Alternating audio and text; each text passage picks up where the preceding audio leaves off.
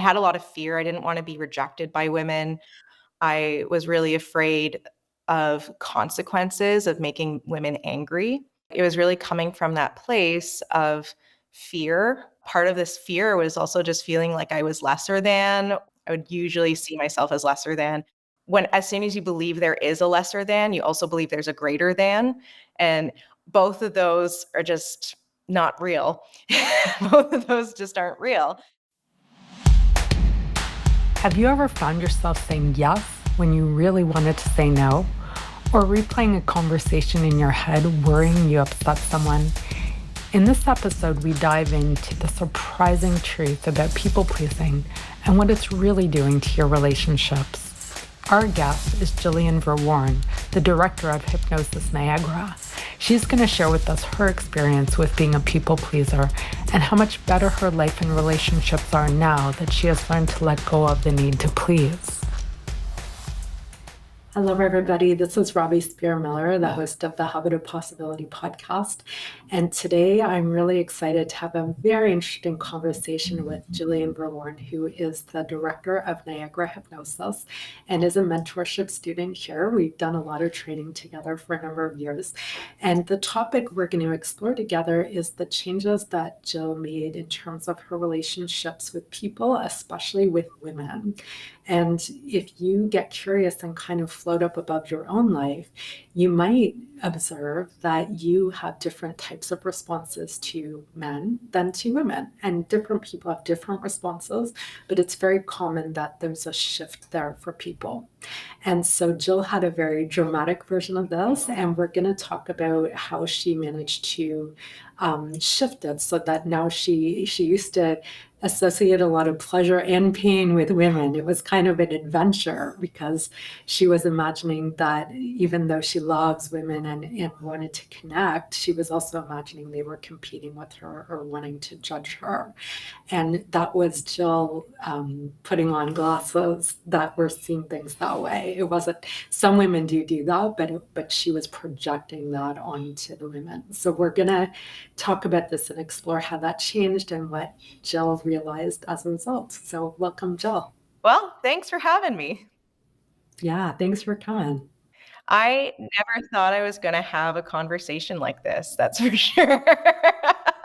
You probably didn't even see this was happening, right? At some No, point, you didn't no, really, definitely. you just thought this is the way it is and this is who you are in the world. You didn't really even see the pattern before. I just thought this was the way the world was, right? Mm-hmm. I just thought that this was the way everyone experienced it. I didn't have any reason to believe otherwise, and my mind was constantly reinforcing that by having that filter on to see it like being reinforced that way over and over again. So, thank goodness, thank goodness it can be different. Yeah, well, why don't you share a little bit about how it used to impact you when you looked at things this way? How did it limit you? I'd say that, so like the biggest thing to note here is that I always wanted to be liked by women. I saw like I had a lot of fear. I didn't want to be rejected by women. I was really afraid of consequences of making women angry, in particular. So it was really coming from that place of fear more than anything. It was coming from a place of fear. And I want to highlight that because it's not like I thought people were trying to be mean or I thought they were evil or, or whatever. It was more just that I thought that it was a real danger to watch out for. Like a fact of life. Yeah, Or something like it that. was like a scary fact of life that, because and in my experience, I had all these memories of like hearing women like talk negatively about each other um, or like, be really backstabby or, like do really horrible, cruel things. And I would, I went through a lot of bullying as well. Which I think a lot of people can relate to. But it created this false belief and assumption that that was just the way it was in the world, and it really skewed the way I was able to interact with people, and especially men and women. Mm. And so it's interesting that you say this because I also I always liked men more than women, right? Even though I wanted to be friends with women, I can relate to what you're saying. And I think that some of this is that as people mature in life, this issue isn't as big as it is when you're younger, right? Because when kids are little, kids are kids and they do all kinds of things, and the veneer is off. There's no, ways that people have a mature view of life when they're young. And so I think it's very common for a lot of women to have these types of experiences, and it can appear to be the way it is. And my experience has been that I know a lot of women now in my life, and I'm friends with a lot of women or acquaintances, and they're awesome, right? And it's not that some of them aren't competitive or some of them don't gossip. I'm sure they do, right? For sure, there's some of that. But there are also lots of amazing, giving, supportive people. And when we expect everybody to be more like a bully or gossip or stab us in the back, then we actually create those situations in our lives, or we attract those people into our lives, and then we think that's all there is. Absolutely. And I sometimes think of it like I love dogs a lot. And whenever I go out for a walk, I love seeing the way the dogs, come up to you and they want to be pet and they're so friendly. And but then I'll like go on a walk with a friend who's afraid of dogs. And somehow exactly the same dogs will bark, right? They'll bark to the person who's afraid of the dog. And I was like, that's really cool. And it's kind of like and it's reinforcing that fear and or whatever belief is in that person of like, oh, dogs just don't like me, dogs are unpredictable, whatever belief is actually causing it to happen, right? But realize Great. really the dogs are just picking up on the fact that this person's uncomfortable and they're perceiving it as a threat. Yep. And dogs subconsciously know that. And as people, as humans, we do too, even though They we might do. not rationally know that. And so there's so many things that happen in life that we can't quite put our finger on, or you see patterns and you don't really know why it's happening, but it's because of that subconscious communication. Yeah, that's a great Absolutely. example. So like I do want to like really emphasize the fact that I truly believed that I loved women and have always loved women, right? And it was like I want to emphasize the fact that I was always inspired by women. I thought they were amazing. Like I wanted to be accepted and part of the group. But part of this fear was also just feeling like I was lesser than, or like I would often see myself as lesser than. I would usually Mm, see myself as lesser than. But as soon as you believe there is a lesser than, you also believe there's a greater than. And both of those are just not real. Both of those just aren't real, and it leads down weird like just weird thinking of hierarchies and structures that way, um, mm. which makes it just difficult to see reality anyways. It is. And some of these patterns really do happen, right? So we don't want to say that everybody Mhm. is, you know, sweet, sugar and spice and everything nice. Um, but it's more being able to see what is actually happening instead of just projecting our old way over and over. Because Jill, what you're describing is in hypnosis what we call a compulsion, where you've been associating pleasure and pain with the same thing, and there's a thrill to it, like going on a roller coaster, right?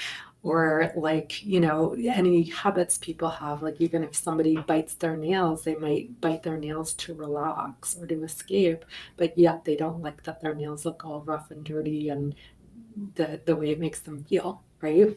Right. So when in terms of women, you had a compulsion, and you can't, when there's a compulsion, it's hard to like, you want it, and then there's the pain associated with it, and so it creates a trap for people where they can't Exactly. interact with things in a healthy way. Which, in one respect makes it really difficult to connect. It makes it damn near impossible to connect, To genuinely connect, to yes. genuinely connect and have those friendships. And so and then when you would have those friendships, they would have like an intensity to them that was also kind of weird. So it would be like, I finally found the one, and it kind of like like overly attached. Like I'd sometimes like just really like have an intensity to a friendship. Like, oh my gosh, this is my friend, and like really like being really, really attached to them. Uh, or like just wanting so badly for it to work out, like just wanting so badly to. And so there's always that like weird intensity around it, which is kind of stressful for the person and also for me. Mhm. And so it was like the thing I was afraid of was being created. It was like the self-fulfilling prophecy, just by having that intensity. So it's like, even if it was good, it wasn't good. Even, Well, because you were always waiting for the other shoe to drop. And, possibly.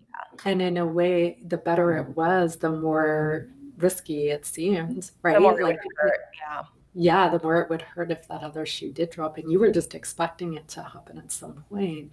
And then you Yeah. were uh, looking for approval to prevent it, but that kept you from being authentic and real with the person.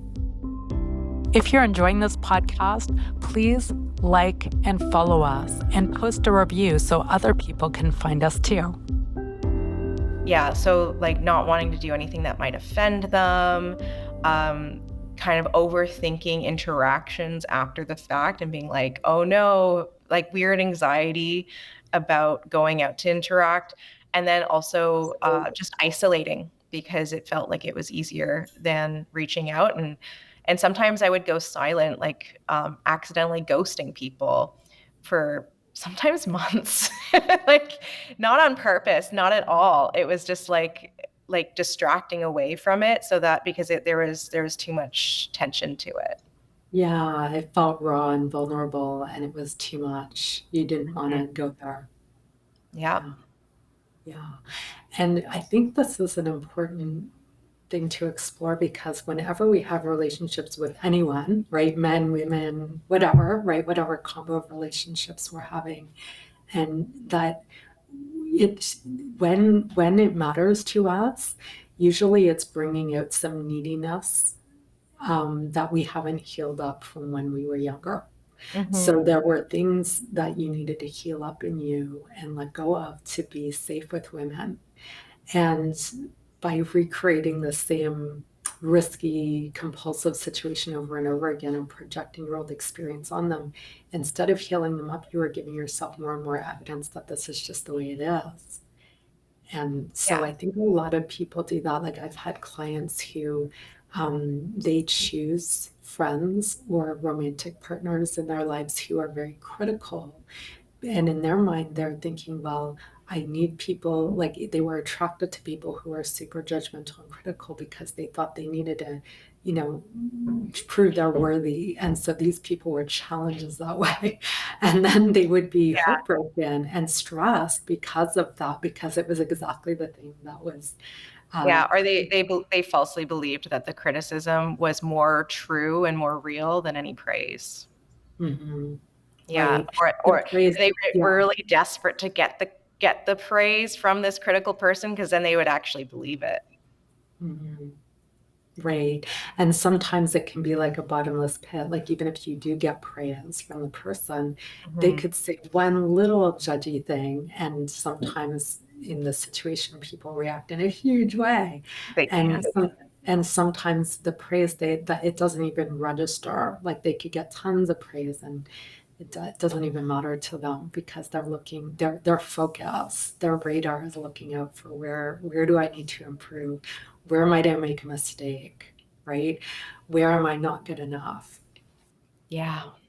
Yeah. So when people are in those situations, and Jill, this may or may not be your situation, but when I've seen people in those situations, it's so heartbreaking because they're creating this totally stressful life for themselves, and they feel like it's the other people's fault. Like, why are they judging me all the time? Right? Why are Yeah. they, whatever I just don't think it's possible to even be like connected. Um, Right, but they also don't see the unhealthiness of the dynamic or their role in it. Because if we are used to a certain dynamic, we just think that's the way it is. mhm. And we don't realize, oh, maybe there are other ways. Maybe there's a healthier way.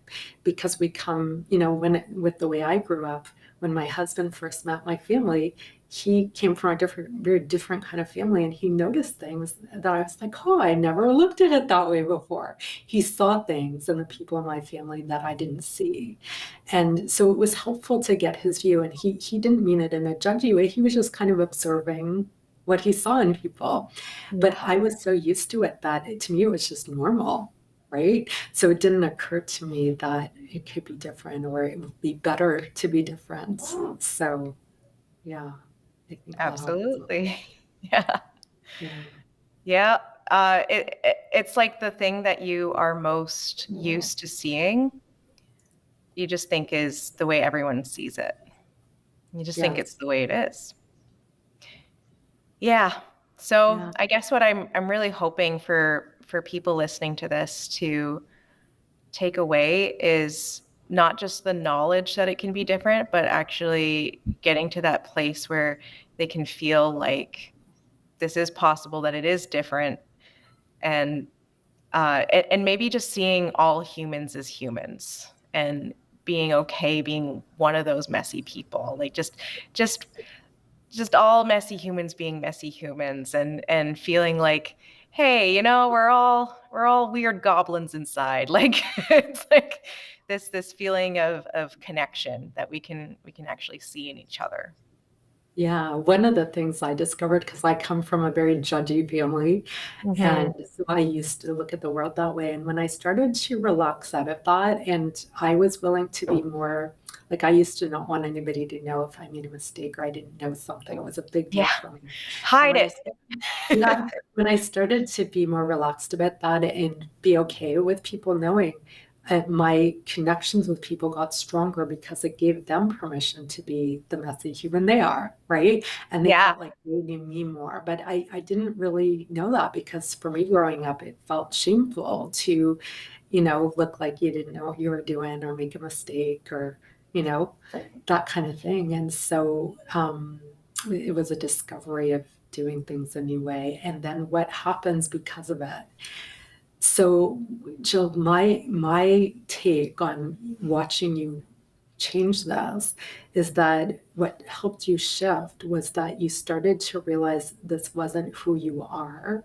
You started to see it as a way of behaving or a way of coping with circumstances. And when you were absolutely. younger and going through the bullying and whatever else was going on, this was how you coped. And in many ways, it's a brilliant way to cope because if you can make people feel good and appreciated, usually you'll be okay, right? Usually they won't attack you They or, want it, it's like if I can just keep them happy long enough, then yeah. everything's gonna be okay. And to the point where, like, especially if I saw a woman look upset, it would be like alarm bells going off in my head, Mhm. right? It would be like, oh no, warning, fire. Like, and I would like Yeah, bend over backwards, do whatever I could to try and make that woman happy. right. Um, And sacrifice yourself and hurt yourself. absolutely. Like whatever and like go to sometimes really extreme lengths to make that woman happy. Yeah. But I think learning about the Virginia Satir model and like the placating behavior in particular was really, really helpful.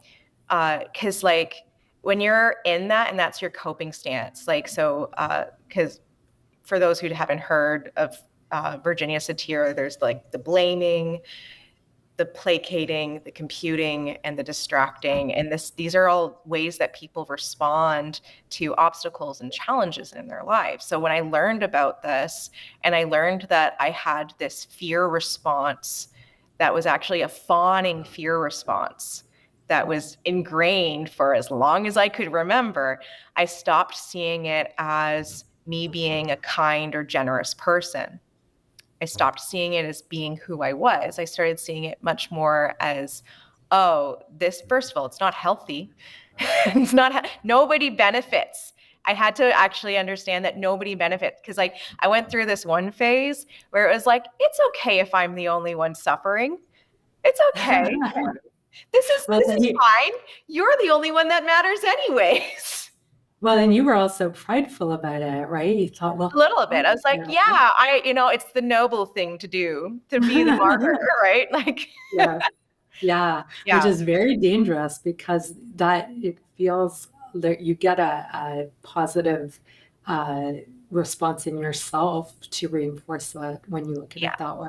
You get like you get a yeah, so literally sabotaging yourself to make other people look good, or doing whatever. Like I was totally fine being stepped on. I was like, it was like a weird, this is okay, this is good because they're happy. Like it was just weird being thinking that was not that was a noble way to be, right?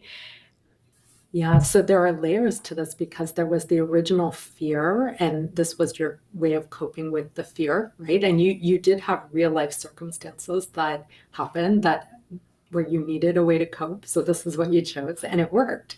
So your subconscious mind will tend to want to hold on to it because you survived, and that's the job of your subconscious mind, is to help you survive. And It then you also have got a this, lot of positive reinforcement because people were like, "Oh, you're so nice." yeah, Oh, they right? liked Like it. I thought You it was did like things for them. friendships. Yeah, you made them feel good. You did them favors, right? You were Yeah, there for them. Yeah. So we have that fear layer. And then on top of the fear was the pride of to be a good person, I must be there for other people. I must sacrifice for them. I must care more about how they feel than how I feel.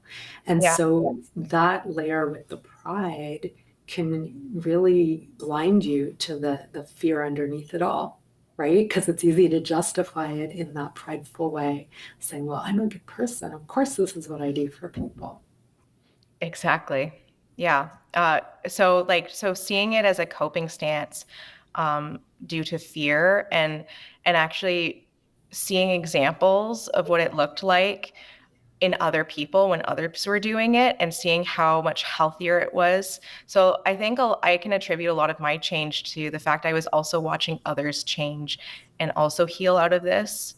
Mhm. And I could see how much it was making their relationships better. I could see how much it made them thrive in their work, in their business. I could see how it was possible for them to start actually building their lives and their health. I saw how it actually just benefited every part of their life. And I started creating that belief within myself of, oh, this isn't who I am. And it's actually worth it in every single way. Every single way, it is worth it to heal through this. Mhm. Every single Yeah. way. Uh, Yeah. but it took that was layer one. Layer one was just wanting to change and actually seeing it and knowing it was possible. Yeah, so we have this community here, and we do a lot of trainings where the students learn together and get feedback and change themselves. This is one example of how people change themselves. So when you say that, you're referring to other people in our group who've made these amazing changes, and they did it faster than you because they were willing to model faster, right? Because you Yeah, held on to, this is just who I am, and this is just the way it is, much longer than some other people. And yeah. so then you saw that evidence that, oh, wow, these other people are changing it. And it made you believe you could change it. And it also put pressure on you to change it, That's right? right.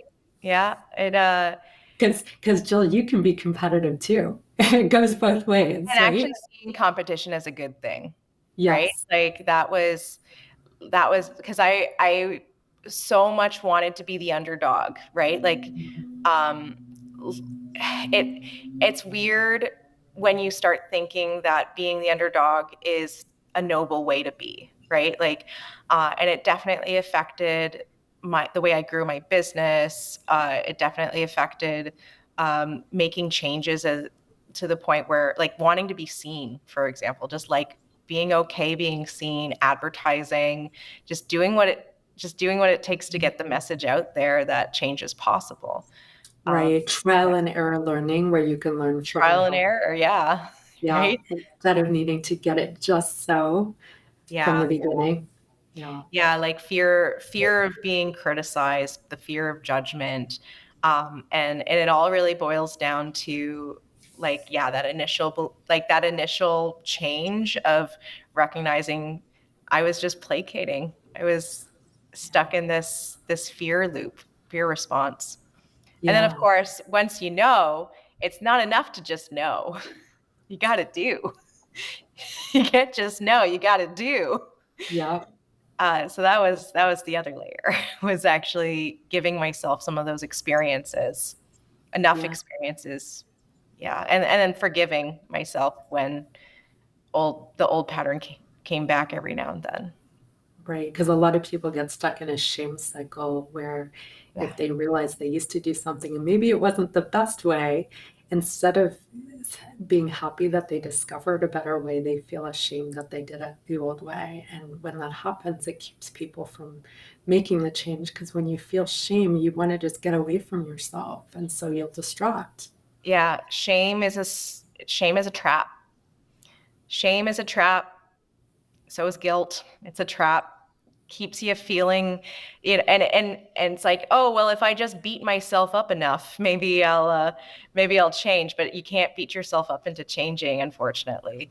Like it's Well, fortunately, I think it's good. well, fortunately. I mean, I say unfortunately because I tried. I tried hard. But fortunately, now you don't have to do that. Yeah, Even yeah. better.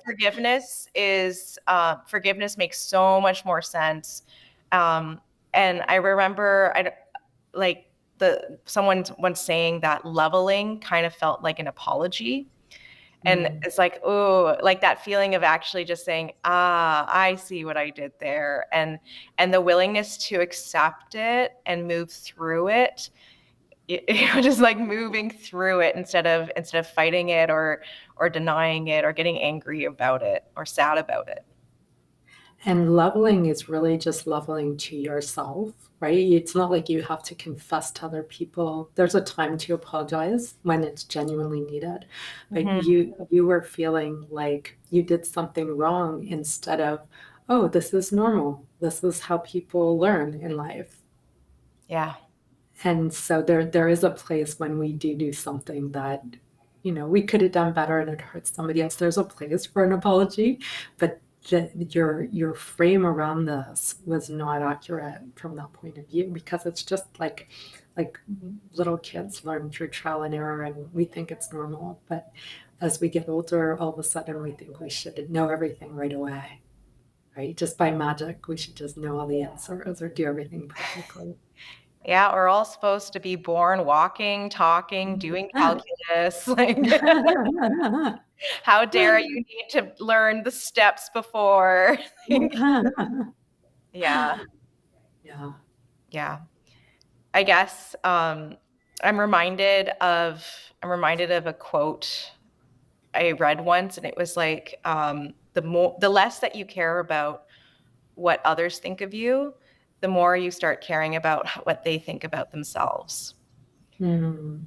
And there really is this freedom that comes of being totally safe in yourself to just be safe with the person and safe with whatever comes up uh, and and feeling good enough in yourself without needing any reason to prove it, without needing, just good enough in yourself to just take whatever feedback's happening and move through it and learn with it.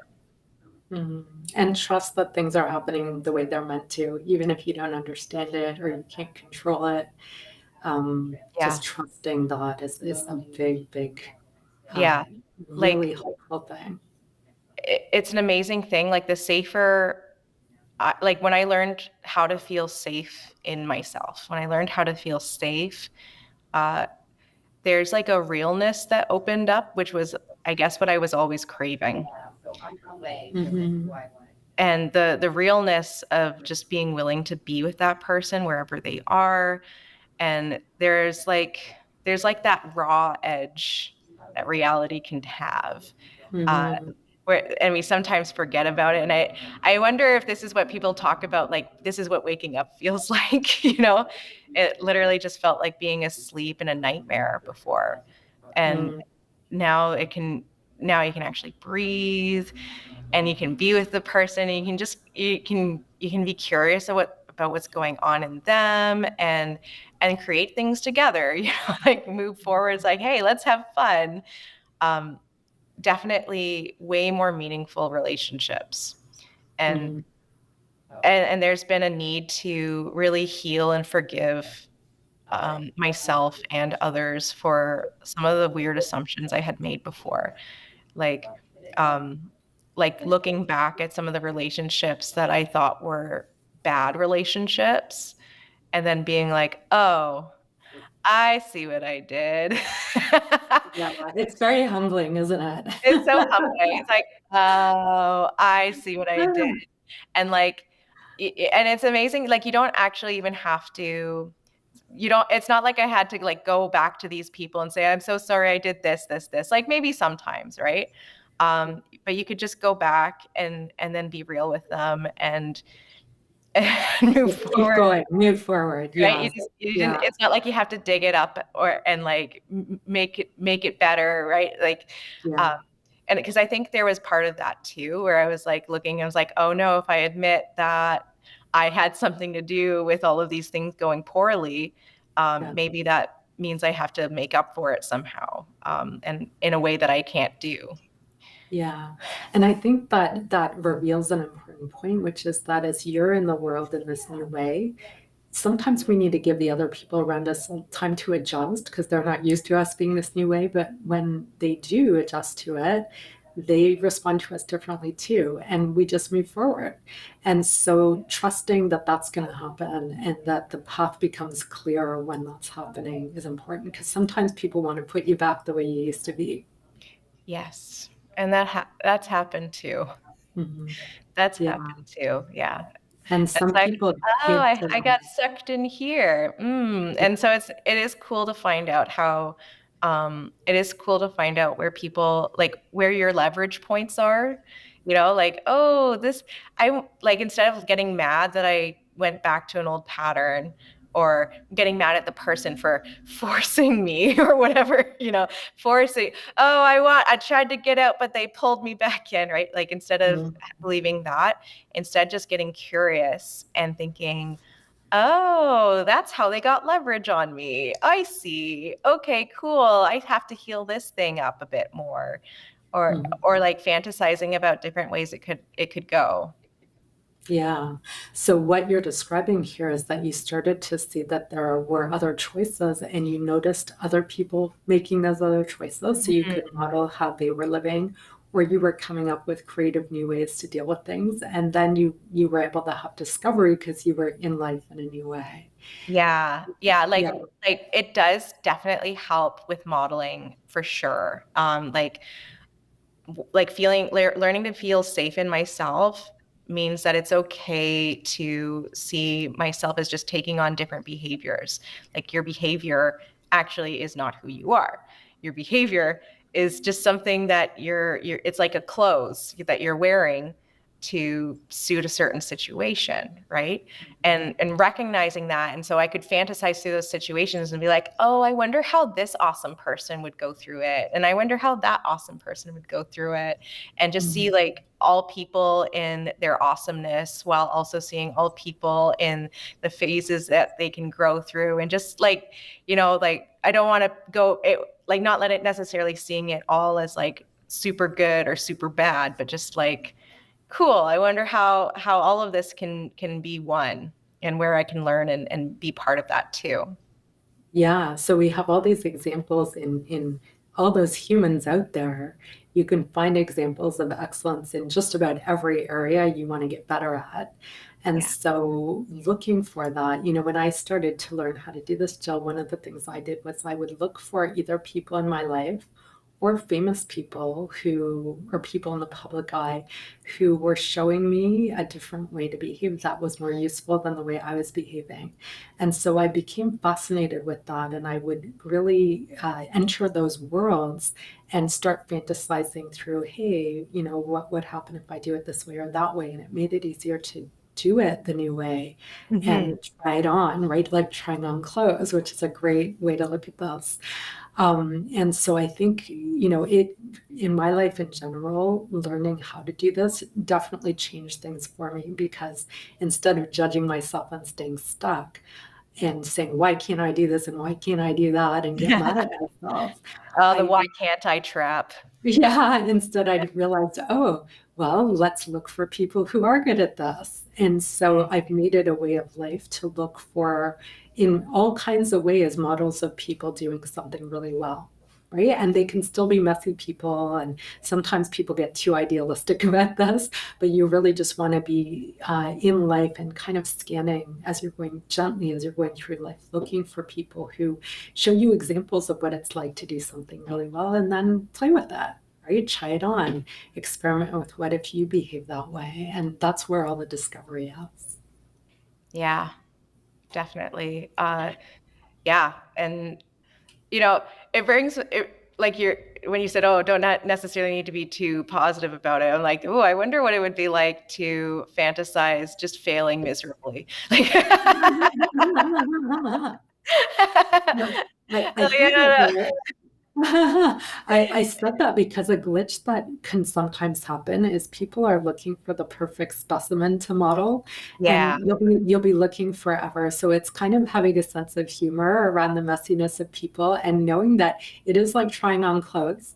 You need to wear the clothes long enough that you get the insight or the discovery that you get from wearing those clothes, or being in that character if you were acting in a play, um, and to not like to be okay with it being imperfect, or you know that you need to shift it a little bit once you get the hang of it. I think that that's super important because usually when people go in one direction, it can be a double-edged sword, and there are awesome things about behaving in some ways, and there are downsides of behaving in some ways. And I think yeah. we'll find that everywhere. So if we can just accept that and, enjoy it, have fun with it, and feel safe in that, it's a lot easier to find the models that can help us. Yeah. Like I remember a time I saw this speaker who got like kind of froze up before doing her speech.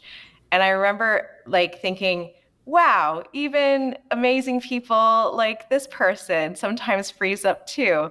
And then later I was doing a talk, and before I did the talk, like they went around the room and introduced all themselves, and there were all these like really amazing women who were like, business owners or had done really amazing things. And I got stuck in that fear of like, oh shoot, I want these people to like me.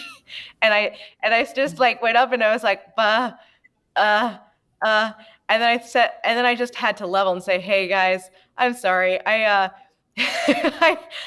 you guys all introduced yourself, and now I want you to like me. And it was, That's awesome. and everyone just laughed. And then it's like, okay, well, here we go. Now I can start. Like, but it was like I Yeah. needed to actually level about it and get into that mode of just, it's okay. Yeah, and I bet they liked you a lot because you said that, because they probably all felt the same way. They just didn't want to admit it.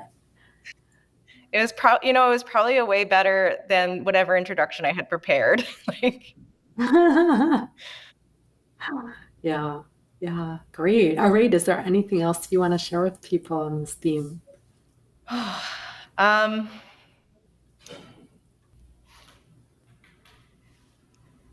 I guess when I think about some of the phases of going through this kind of change and learning how to connect more, like learning the going from placating and realizing that it's a behavior that you're doing. Like there was definitely a phase of thinking I needed to be like more independent, or like kind of like cutting people off. Like it was almost like it was like, well, if I'm not going to be taking care of everybody, and if it doesn't matter anyways, then all that matters is taking care of myself, right? Like I was kind of like seeing it as like almost being a selfish thing to do. And so like if the person who's listening to this, if that's where you're in your growth, where if it feels like you just need to be independent and isolate yourself, then know that it doesn't end there. It doesn't need to end there. That there is another side to this where you can learn to actually feel safe in groups as well. You can feel safe in a community, and the community doesn't even need to be a perfect community. It doesn't need to be It so like never is. So, never will. yeah, Yeah, like it can be yeah, okay. It can be okay to be with people even if they're unhappy. Even if they're unhappy with you, you can still feel safe even if a person is unhappy with you. Is is a great lesson, and um, something I wish I knew sooner. I wish I knew sooner that it could feel safe to have people be unhappy with you, that it could feel safe and actually just totally not necessarily fine, but like just like you could be curious. There's so many ways to feel. Like it doesn't have to be like a calm, this is fine, that when the house is burning down kind of scenario. It can be uh, you can be curious. There's actually infinite ways to respond in any situation. And if you're getting trapped in one or two responses, then there's still more to learn. There's still more to learn. And it's cool to let yourself actually imagine that, to fantasize through it. And when you do get to the other side of it, um, there will still be things to learn. There will still be things to learn. It won't necessarily end, but it can feel connected, and it can feel like love where it used to feel like fear. It can feel like love. It can feel like love from you, love from them. It can just feel like good. It doesn't have to feel scary. right. And even if people are going through something, we can still feel okay, Yeah. even if they're going You through can something. still feel okay no matter what's happening. No matter what's happening in life. And there are so many people who have had so many different kinds of experiences and responded in lots of ways. And it's not necessarily about deciding which way is the right way or the wrong way. It's just looking at what's useful. And so you can learn from these people. You can experience it and experiment to try it on, Yeah. like a new shirt. Yeah, that's great. And I'd like to add to that, Jill. I want you to share how much more you're genuinely helping people now than you used to when you were placating them or you were fawning, because your intention was always to help people. But in terms of your effectiveness at actually being able to help people in amazing ways, talk about how much more you're able to do that now because of changing this. it's like the it's like the volume. It's like there used to be this like song of fear constantly in my head, and when you turn down the volume, you can actually hear what the other person's needing. It's like when you're able to fully be there and fully be safe, no, whatever's happening, you see so much more. You see so much more. You feel so much more. And sometimes, it's like um, it's kind of like learning how to swim. where before there was panic and drowning and thinking that I needed to have, water wings or something in order to be in a pool, and actually learning how to swim. And you can go so much faster, you can go further, it's more versatile. You can be with people fully and connected with them wherever they're at. And like, sometimes, like one of the things we learn as hypnotists is we learn how to be in rapport. We learn how to connect with people on a deep level. And sometimes people think it's like you're being psychic.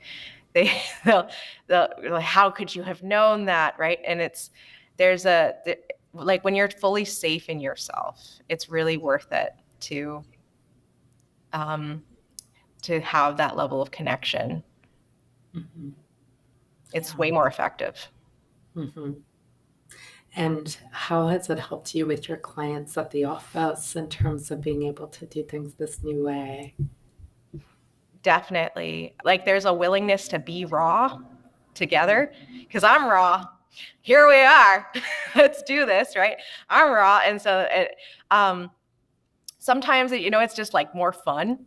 It's more fun. Like there's not a weird intensity to it anymore. It can just be wherever the person's at.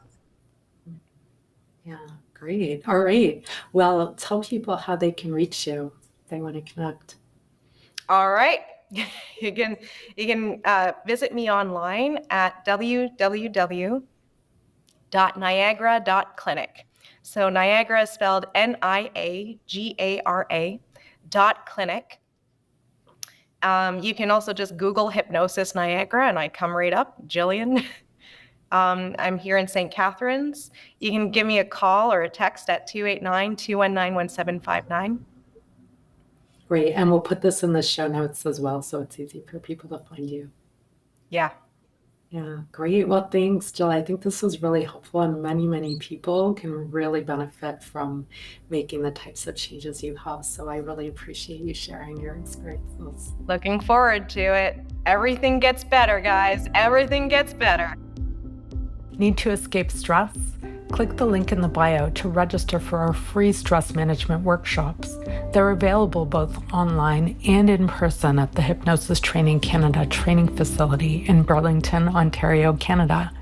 And if you're interested in connecting with me and learning about personal and business coaching, consulting, and training opportunities, go to mindlinkconsulting.com or hypnosistrainingcanada.com and schedule your free consultation. Let us know what you think of the show. Reach out to us at mindlinkconsulting.com. And if you like this show, please rate and review us so other people can find us too. Thanks so much for tuning in. I'm Robbie Spier Miller, the host of the Habit of Possibility podcast. Tune in next time to learn more about how you can turn obstacles into opportunities and make the most of your life and career.